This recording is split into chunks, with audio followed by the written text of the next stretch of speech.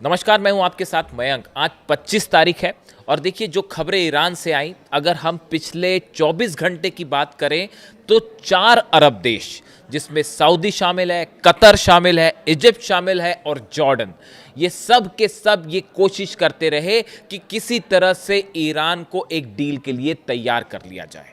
General Munir ये कोशिश करते रहे कि किसी तरह से ईरान के साथ कोई डील हो जाए। इसके अलावा डोनाल्ड ट्रंप का तो हाल यह है कि वो डील के लिए तरस रहे हैं, मतलब उसके लिए सही शब्दों का इस्तेमाल होना चाहिए कि डील के लिए मानो गिड़गिड़ा रहे हैं डोनाल्ड ट्रंप। लेकिन इन सब की कोशिशें एक सिरे से खारिज कर दी है ईरान ने, और ईरान के 5 बड़े अधिकारियों ने, या ये कहिए जो मैंने थंब दिया है, ईरान के 5 शेरों ने इन सब को करारा जवाब दिया है कि ईरान अपना यूरेनियम नहीं देगा, ईरान अपना न्यूक्लियर प्रोग्राम नहीं रोकेगा। देखिए कल दिन भर जो खबरें आई वो आपने भी देखी होगी कि अमेरिका के एक अखबार ने ये खबर छाप दी कि ईरान अपना यूरेनियम देने के लिए तैयार हो गया है। उसके बाद पूरी दुनिया में इस तरह की खबरें चलने लगी कि ईरान डील को राजी हो गया है, ईरान झुक गया है, ईरान अपना यूरेनियम देने के लिए तैयार हो गया है। तमाम बातें होने लगी, डोनाल्ड ट्रंप बड़े बड़े दावे करने लगे व्हाइट हाउस से कि अब बस डील होने वाली है और यूरेनियम हम ले लेंगे। इसके कुछ घंटे बाद, पहली बात तो देखिए ये खबरें देखने के बाद मुझे तो समझ नहीं आता है कि मैं क्या इसके बारे में बोलूँ। मतलब ये क्या ये लोग अब तक ईरान को नहीं समझ पाए, ईरान के जो अधिकारी हैं उनको नहीं समझ पाए, यानी ये किस तरह से ये खबरें फैलती कि ईरान सरेंडर कर देगा, ईरान यूरेनियम दे देगा। ऐसी खबरें अगर आपके पास आती हैं, इसीलिए मैं बार बार बोलता हूँ कि ऐसी खबरें आपके पास आए तो उस पर कतई विश्वास मत करिए जब तक ईरान की तरफ से कोई बड़ा अनाउंसमेंट ईरान के अधिकारी नहीं करते, अब्बास अराक्ची नहीं करते, या फिर ईरान की कोई सेना की तरफ से कोई ऐलान ना हो जाए। देखिए कितने प्लॉट के तरीके से साजिशन ये खबर फैला दी गई। कल पूरे दिन भर पूरे दुनिया के अखबार में चर्चाएं होती रही कि ईरान जो है वो डील के लिए तैयार हो गया, जबकि ईरान से यूरेनियम के मुद्दे पर कोई बात ही नहीं हुई थी। मैं आपको हकीकत बताता हूं कि कल सब कुछ कैसे हुआ और क्या बयान आए ईरान के। ईरान की तरफ से यूरेनियम के मुद्दे पर और परमाणु प्रोग्राम के मुद्दे पर तो कोई बात ही नहीं हुई थी। बात सिर्फ इतनी चल रही थी कि अमेरिका के साथ बात की जाए तो कैसे की जाए, यानी अभी सिर्फ शुरुआत इस बात की थी कि क्या बात करनी है, और बात करनी है तो किन मुद्दों पर बात होगी और क्या बात हो और कहां बात हो, बस इस पे चर्चा थी। और कहानी बना दी गई कि यूरेनियम पर बात हो गई, बात ही नहीं हो गई साहब, डील हो गई, यहां तक खबर पहुंच गई। मतलब हैरान करने वाली स्थिति कि कैसे कैसे दावे हो जाते हैं। और देखिए उसके बाद फिर क्या हुआ, तमाम बड़ी बड़ी बातें हुई व्हाइट हाउस से। उसके बाद 4-5 घंटों के अंदर ईरान चुप था, ईरान की तरफ से कोई बयान नहीं आया। लेकिन उसके बाद जब बयान आए तो 5 बड़े अधिकारियों के बयान आए ईरान से, और उन्होंने डोनाल्ड ट्रंप के डील के दावों की धज्जियां उड़ा के रख दी। मैं गिनाता हूं आपको एक एक बयान। अहमद वाहिदी साहब, आईआरजीसी के चीफ, उनकी तरफ से बयान आया कि अगर अब हमला हुआ तो हम फाइनल अटैक करेंगे। और ये बात कौन कह रहा है? आईआरजीसी के चीफ कह रहे हैं, अहमद वाहिदी साहब कह रहे हैं। वो शख्स कह रहा है जिसने अमेरिका को घुटने पर ला दिया है। अहमद वाहिदी वो शख्स है जिनकी वजह से जो है ईरान किसी तरह से 1 इंच झुकने को राजी नहीं है, और अमेरिका उन पर कोई दबाव नहीं डाल सकता। ये बात अब तक अमेरिका को समझ जानी चाहिए। उन्होंने कह दिया कि अगर हमारे को डराने धमकाने की कोशिश हुई या हम पर किसी तरह का हमला हुआ तो अब फाइनल अटैक करेगा, तैयार शुरू तुम करोगे, खत्म हम करेंगे। ये शब्द थे कल अहमद वाहिदी साहब के, और बेहद गुस्से में था ईरान। ये सब जो तमाम तमाशे चल रहे थे कि डील हो गई और इस तरह की जो झूठी खबरें फैलाई गई, पब्लिसिटी स्टंट किया गया, उसका जवाब अहमद वाहिदी साहब का पहला रिएक्शन। दूसरा, मोहसिन रजाई, ईरान के सुप्रीम लीडर मुस्तफा खामेनेई साहब के सैन्य सलाहकार हैं मोहसिन रजाई। उन्होंने दावा किया कि स्ट्रेट ऑफ हॉर्मूज का प्रबंधन यानी मैनेजमेंट और कंट्रोल पूरी तरह से ईरान के हाथ में रहेगा। ये ईरान का कानूनी अधिकार है और हम किसी भी हालत में स्ट्रेट ऑफ हॉर्मूज से अपना अधिकार नहीं छोड़ेंगे। कल खबरें क्या चल रही थी कि अब हॉर्मूज खुलने वाला है, ईरान जो है हॉर्मूज खोलने के लिए तैयार हो गया, ईरान जो है पीछे हट जाएगा। उसका जवाब दिया मोहसिन रजाई साहब ने। उन्होंने ये कहा हॉर्मूज ईरान का है और ईरान की सेना के परमिशन से ही यहां जहाज निकलेंगे। वो कह रहे हैं हम किसी जहाज को नहीं रोकेंगे, हम सब जहाज को निकलने देंगे, लेकिन ये अमेरिका के जो जहाज खड़े हैं इसको लेके तामझाम लेकर यहां से हटिए आप पहले। और उसके बाद जो जहाज़ निकलेंगे आप हमारी सेना से बात करिए, आरजी से बात करिए, और आप उनके समन्वय से हम सब जहाज़ों को निकालने देंगे। यानी स्ट्रेट ऑफ हॉर्मूज को लेके ईरान का रुख साफ है कि ईरान स्ट्रेट ऑफ हॉर्मूज से अपना कब्जा नहीं हटाएगा। दूसरी बड़ी जो बात कही गई मोहसिन रज़ाई साहब के हवाले से। उसके अलावा मुस्तबा खामनी, ईरान के सुप्रीम लीडर की तरफ से एक बार फिर संदेश आया है, ये दूसरा संदेश है पिछले 5 दिनों के अंदर, और उन्होंने कहा है कि ईरान से यूरेनियम बाहर नहीं जाएगा, ये ईरान का सम्मान का प्रतीक है और हम किसी हालत में अपना यूरेनियम किसी और देश को नहीं देंगे। और उनका ये बयान देखिए, एक तो उनकी लोकेशन मोसाद और सीआईए ने अपनी पूरी ताकत लगा दी है कहीं की खोजने के लिए कि कहाँ पे है मुस्तबा खामनी की लोकेशन क्या है, वो नहीं मिल रही।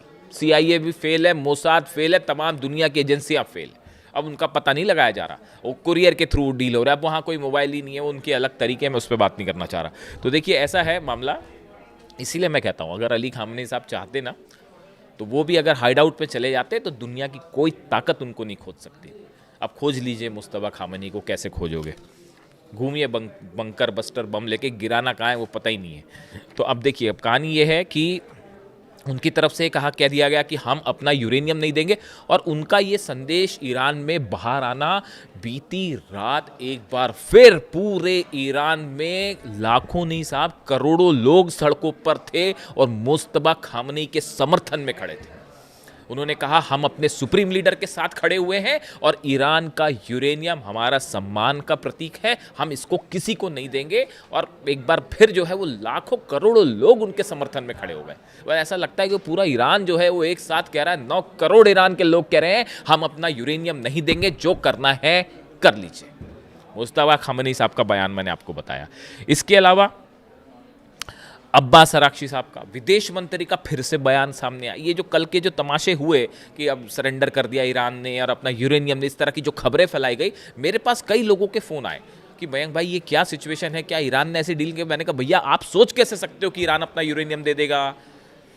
ये कल्पना करना भी परम मूर्खता है। मैं सही बता रहा हूँ आपको। मेरे मन में तो यही विचार आता, अगर कोई ये सोचता है कि ईरान अपना यूरेनियम दे देगा, सरेंडर कर देगा, तो मुझे लगता है कि वो आदमी को या तो ईरान की क्या इतिहास और भूगोल कुछ नहीं पता। अरे यूरेनियम देना होता अगर, तो फिर अली खामेनी साहब की शहादत की क्या ज़रूरत थी? पहले ही दे दिया होता। पिछले 30 साल से जिसने ईरान का इतिहास पढ़ा, जिसने अली खामेनी साहब ने किस तरह से रूल किया ईरान को, अगर ये समझ गए, सीख गए, तो डराना धमकाना भूल जाते। और ये कोशिश भी नहीं होती कि ईरान पर दबाव डाल के किसी तरह से जो है वो डील करवाई जाए, ये कोशिश भी नहीं करते। आयरन मैन थे वो ईरान के, आयरन मैन, और कोई उनको 7 राष्ट्रपति नहीं झुका पाए, तो अब क्या आप उनकी ईरान को अब क्या झुकाओगे? खैर ये मेरी व्यक्तिगत राय है। इसके अलावा आप देखिए, एक और अब्बास अराक्ची साहब ने ये बात कही। अब्बास अराक्ची साहब ने कहा देखिए हमारा पहला काम है ईरान का इंटरेस्ट, राष्ट्रहित ईरान का क्या है हम उसी पे फैसला लेंगे। हमारे पर आप लाख दबाव डालिए, कुछ भी करिए, हम अपने नेशनल इंटरेस्ट से दाएं बाएं नहीं होंगे और हम अमेरिका के वादों पर भरोसा भी नहीं करते। उन्होंने ये भी कह दिया, उन्होंने ये भी साफ कर दिया। उन्होंने कहा भाई हॉर्मुज तो पहले से खुला था, ईरान ने तो हॉर्मुज देखिए बंद करने के बाद फिर खोल दिया था। ईरान ने अपनी सेना वहां पर लाकर किसने खड़ी की? ईरान ने तो खोल दिया था, बंद तुमने करवाने की कोशिश की, उसके बाद अब वो बंद है साहब, अब खुलवा लो। तो अब्बास अराक्ची का कहना ऐसा है कि हॉर्मुज में जो हालात हैं, जिसके लिए बड़ी बड़ी डील की बातें हो रही कि खोल दीजिए, ये बंद अमेरिका की वजह से है, ईरान की वजह से बंद नहीं है। ये कहना है ईरान के विदेश मंत्री अब्बास अराक्ची साहब का। और ये उनका साफ बयान आया कि किसी भी तरह के दबाव में, किसी भी तरह के प्रेशर में हम कोई डील नहीं करेंगे, किसी तरह का समझौता नहीं होगा और हमारे आत्मसम्मान से कोई समझौता नहीं होगा। ये भी उन्होंने जोड़ दिया साथ में। ईरान के राष्ट्रपति की तरफ से भी यही बयान आया है और संसद के अध्यक्ष कालीबाफ साहब की तरफ से भी यही बयान आया है कि हम अपने सम्मान से कोई समझौता नहीं करेंगे। इसके अलावा देखिए एक और बड़ी घटना थी कल की, अहम घटना थी। वो क्यों थी मैं बताता हूँ आपको।